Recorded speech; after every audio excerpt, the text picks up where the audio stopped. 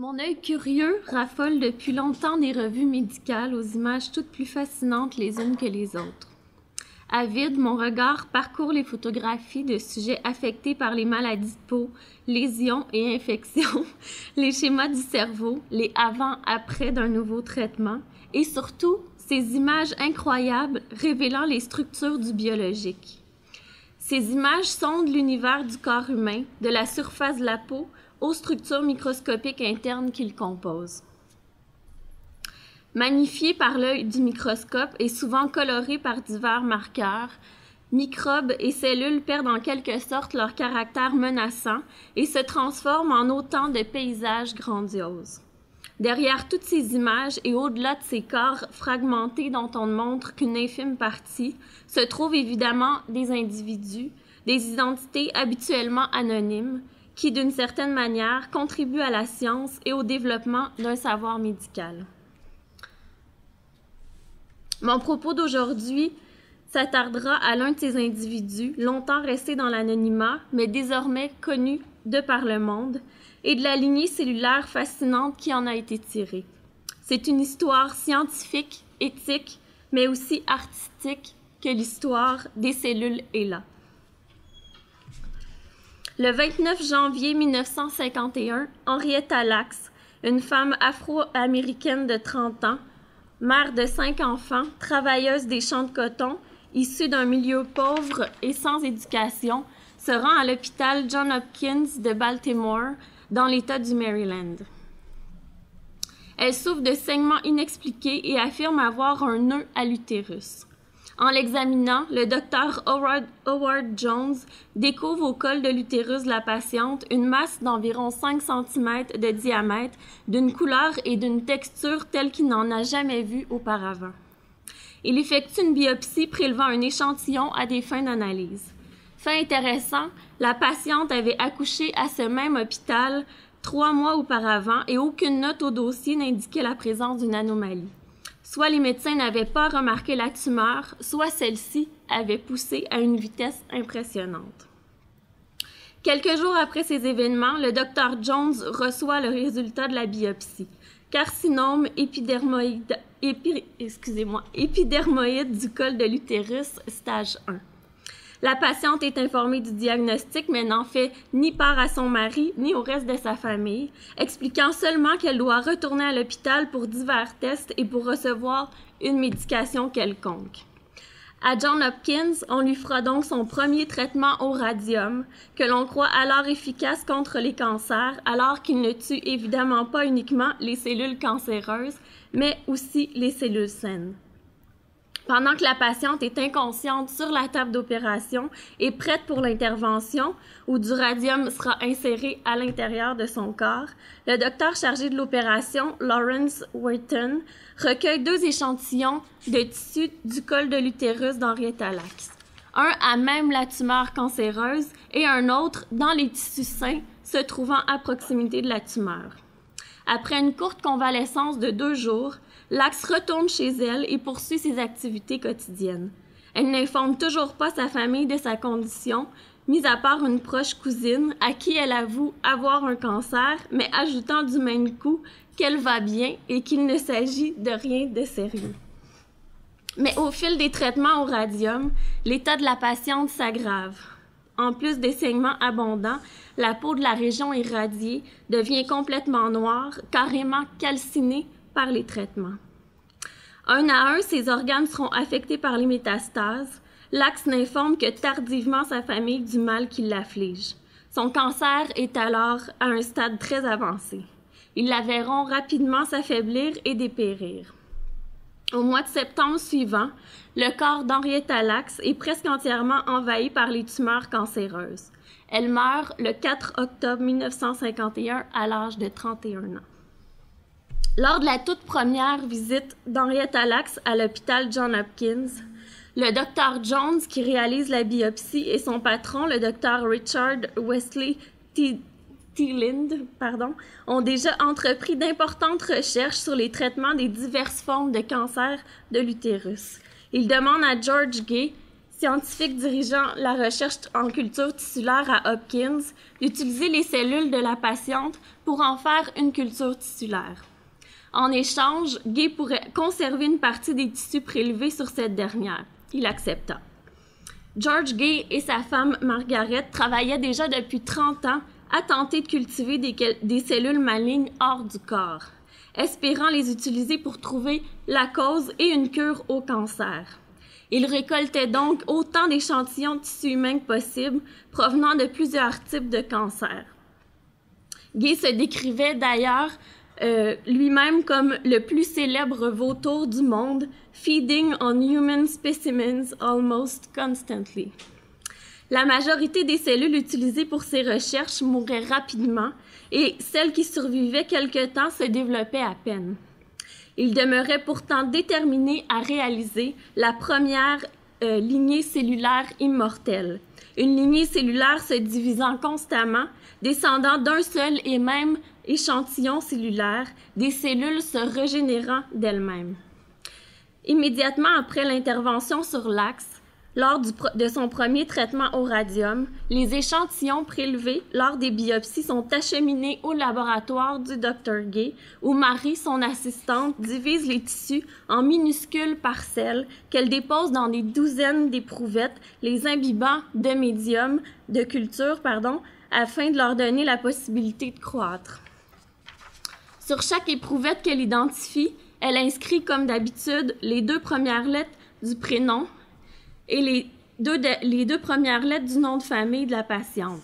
Et là, à peine 2 jours après que Mary ait ensemencé les cultures, elle observe la formation de petits anneaux ressemblant à du blanc d'œuf frit autour des petits grumeaux se trouvant au fond de chaque éprouvette. Les cellules se développaient. Contrairement aux autres cellules cultivées jusque-là dans les laboratoires de Gay, les cellules de l'axe ne faisaient pas que survivre puis mourir, elles croissaient avec ce que Rebecca Skloot caractérise dans son essai scientifique « The Immortal Life of Henrietta Lacks » d'une intensité mythologique.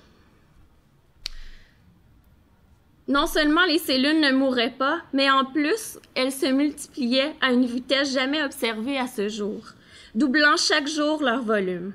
Elles croissaient donc 20 fois plus rapidement que les cellules saines prélevées sur l'axe, lesquelles ne survécurent d'ailleurs que quelques jours. Le Dr Gay annonça alors à quelques proches collègues qu'il avait probablement réussi à cultiver les premières cellules humaines immortelles.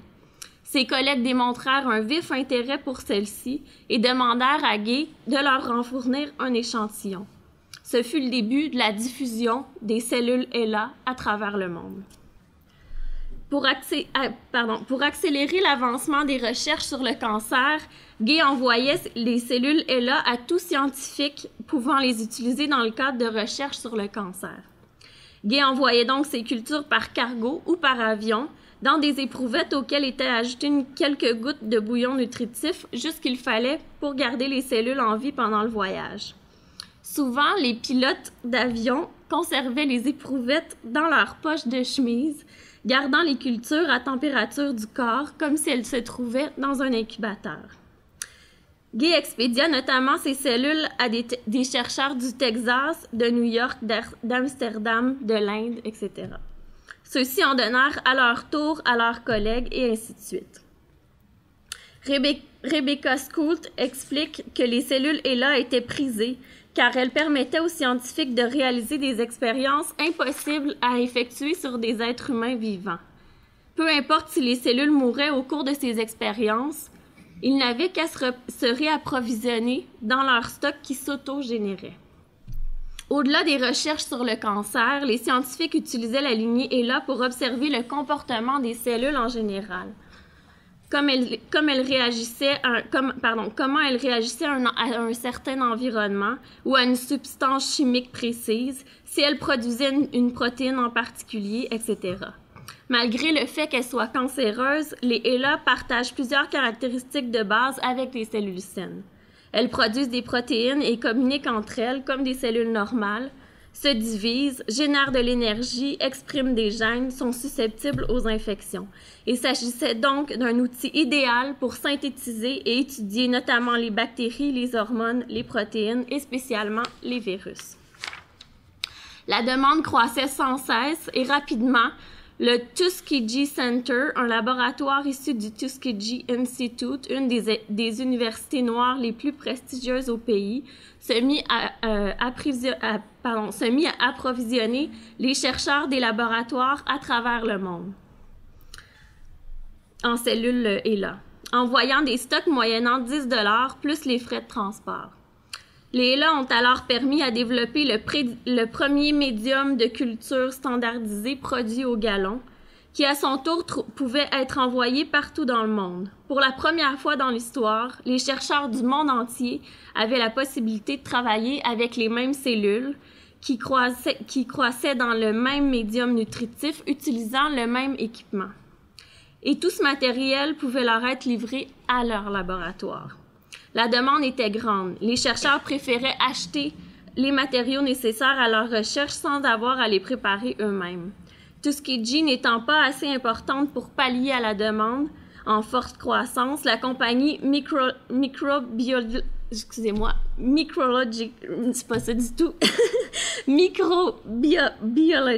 mon Dieu, j'ai vraiment de la misère, Associates, prit le relais et lança une véritable production et distribution industrielle de cellules.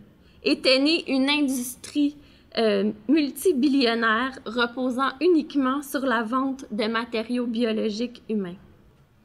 Au-delà de ces contributions, les cellules HeLa ont été envoyées en 1960 dans la première mission dans l'espace à bord du satellite Discover 18. Non, c'est pas ça. 5, c'est 7. Discover 17. Excusez-moi. Oui, je compte encore mes chiffres romains.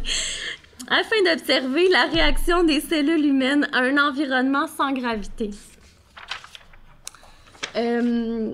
Les cellules HeLa ont aidé à plusieurs importantes avancées en médecine et en recherche biomédicale, telles que le vaccin contre la polio, la chimiothérapie, le clonage, la fertilisation in vitro et la cartographie des gènes.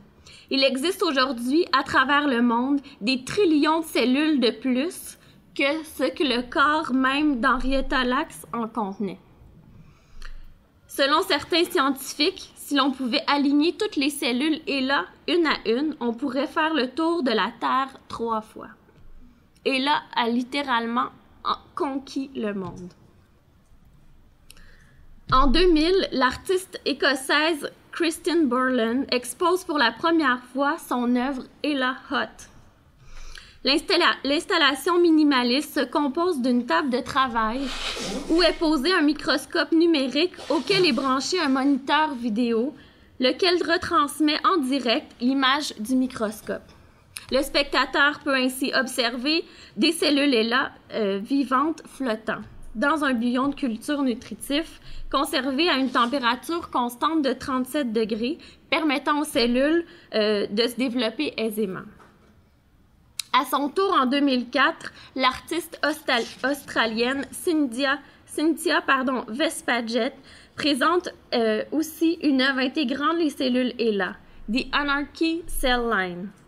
Mais cette fois-ci, les cellules ont été combinées à d'autres cellules prélevées à même le corps de l'artiste. L'œuvre comprend évidemment plusieurs étapes de recherche et de manipulation en laboratoire, mais pour son exposition, elle prend la forme d'une installation où 2 écrans posés sur un chariot médical projettent une vidéo issue de diverses manipulations en laboratoire. Une unité de conservation cryogénique est également exposée, celle-ci contenant la lignée cellulaire unique créée par l'artiste. Une série d'images, manipulations, culture de tissus, etc. accompagnent également l'œuvre. Bien que ces œuvres s'inscrivent dans une esthétique du biologique, mettant notamment de l'avant des images d'un intérêt visuel marqué et soulignant la fascination contemporaine pour ces témoignages visuels des recherches scientifiques, le but premier du travail de Borland et de Vespaget est de conscientiser le public et de mettre de l'avant la saga éthique et identitaire associée à la lignée cellulaire HeLa. L'histoire d'Henrietta Lacks est aujourd'hui connue, notamment grâce à l'intérêt de quelques chercheurs et journalistes scientifiques. Mais pendant plusieurs années, l'identité derrière les cellules HeLa demeure obscure. Bien que les cellules eurent littéralement envahi la planète et l'univers de la recherche, personne ne semblait soucier de leur provenance. L'identité du « donneur », entre guillemets, demeure floue. On lui attribue même parfois des noms erronés, comme Ellen Lane, par exemple. Au fil des multiples recherches, on lui rétribua finalement sa véritable identité. Mais encore plus important, ce n'est qu'au début des années 70, soit 20 ans après le décès d'Henrietta Lacks, que ses enfants et son mari apprirent que ces cellules étaient toujours en vie, qu'elles étaient répandues à travers le monde et qu'elles avaient même été envoyées dans l'espace. Au fil de toutes ces expérimentations, jamais le nom d'Henrietta Lacks n'avait été nommé dans les médias, mais surtout, aucun consentement n'avait été donné par la patiente ou sa famille pour prélever ces échantillons de tissu. Au décès de Lacks, son mari avait refusé qu'on effectue une biopsie, mais celle-ci eut tout de même lieu. Jamais personne n'informa la famille des recherches en cours. Pour la famille Lacks, gens peu éduqués sans connaissances scientifiques de base, apprendre qu'une partie d'Henrietta était toujours vivante relevait carrément de la science-fiction. Peu de temps avoir pris connaissance de ces faits, Deborah, la fille d'Henrietta, lut dans un quotidien local un article intitulé « People Plant ». On y expliquait que des scientifiques avaient effectué un croisement entre les cellules HeLa et un plant de tabac afin d'étudier certains virus comme le sida ou l'Ebola. Deborah crut qu'ils avaient créé un monstre, humain-plante. C'est pas un dessin de Deborah. Un monstre humain-plante qui était moitié plant de tabac et l'autre moitié sa mère. En plus du manque d'informations et de connaissances, les croyances religieuses de la famille Lacks prirent part à leurs interprétations des faits qui leur étaient révélés. Deborah était notamment persuadée que l'esprit de sa mère vivait dans ses cellules encore vivantes et qu'elle contrôlait ainsi la vie de tous ceux qui croisaient son chemin. Au-delà du choc émotif et des dérives imaginaires liées à cette nouvelle, la famille Lacks fut prise du sentiment d'avoir été victime d'une terrible injustice qui devait être réparée. La famille Lacks avait vécu dans la pauvreté toute sa vie. Henrietta avait été enterrée sans même une sépulture et subitement, ils apprenaient que la culture de ces cellules avait généré des millions de profits sans que rien ne soit redonné en retour. Même si George Gay et l'hôpital Hopkins n'ont jamais retiré aucun profit monétaire des cellules HeLa, plusieurs banques de cellules et compagnies pharmaceutiques ont quant à elles retiré des sommes astronomiques. La compagnie Introgen, par exemple, vend aujourd'hui des produits dérivés des cellules HeLa qui vont de 100 à 10 000 $ américains la fiole. La famille Lacks n'a évidemment jamais eu droit à aucune compensation. Henrietta a contribué au développement d'un nombre presque incalculable de découvertes scientifiques et médicales, mais ses propres enfants n'ont même pas les moyens de se payer les frais médicaux dont ils ont besoin. La famille intenta une poursuite, mais en vain. Depuis plus de 30 ans, la famille se bat pour la reconnaissance et la contribution d'Henrietta Lacks à la science. Avec le cas John Moore, le cas HeLa figure aujourd'hui parmi les cas les plus célèbres de biopiratage. Même s'il remonte à plus de 60 ans, ce cas demeure tout à fait emblématique des questions de droit et d'éthique liées à la propriété du corps, à l'utilisation des déchets biomédicaux et aux brevets sur le vivant, questions en constante mutation et de plus en plus problématiques à l'ère des biotechnologies. Alors, pour terminer, je vous laisse sur un petit extrait d'un documentaire qui a été fait sur un chercheur qui travaille sur le cancer. Et vous allez voir dans la vidéo des images magnifiques où on voit une presque danse effrénée des cellules HeLa en pleine diffusion.